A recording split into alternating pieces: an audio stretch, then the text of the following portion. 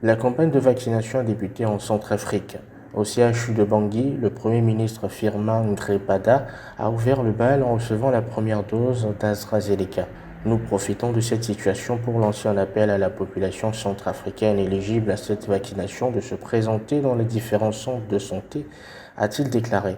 C'est donc une course contre la montre, avertit le docteur Guy Vernet, directeur de l'Institut Pasteur de Bangui. Il faut d'abord sensibiliser les gens. Ensuite, dans les centres de vaccination, il faut qu'il y ait du personnel formé et présent quand les gens viennent se faire vacciner.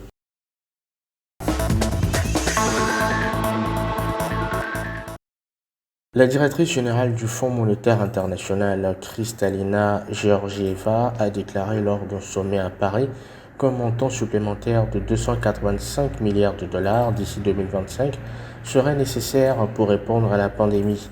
Mais ce chiffre devrait à peu près doubler pour financer les investissements nécessaires pour stimuler la croissance et ramener le continent sur sa trajectoire de convergence des revenus avec les pays les plus riches du monde, a-t-elle ajouté. La pandémie a entraîné une contraction de produit intérieur brut de l'Afrique de 1,9% et bien que le FMI projette une croissance mondiale de 6% en 2021, il ne prédit que 3,2% en Afrique.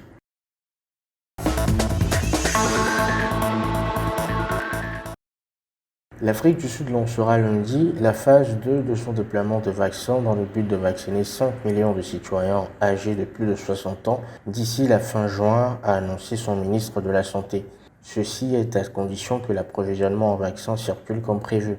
D'ici la fin du mois de juin, nous prévoyons avoir reçu 4,5 millions de doses de Pfizer et 2 millions de doses de Johnson & Johnson, a déclaré le ministre Zweli Mkhize lors d'un webinaire dimanche. Mkhize a déclaré que plus de 325 000 doses du vaccin Pfizer arriveraient dimanche à minuit, portant le total de doses de Pfizer à 975 780.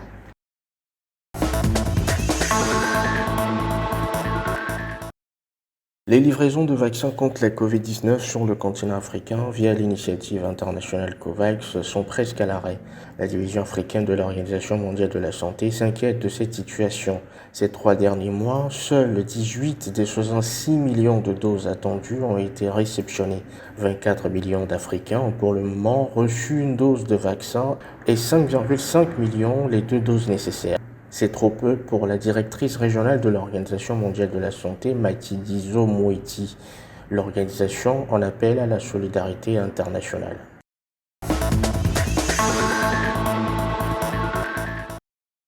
Le Malawi brûle plus de 19 000 doses périmées du vaccin AstraZeneca. Au total, 19 610 doses de vaccin AstraZeneca ont été incinérées à l'hôpital central de Lilongwe, la capitale du Malawi. Le Malawi a reçu 3 lots d'AstraZeneca, soit 450 000 doses.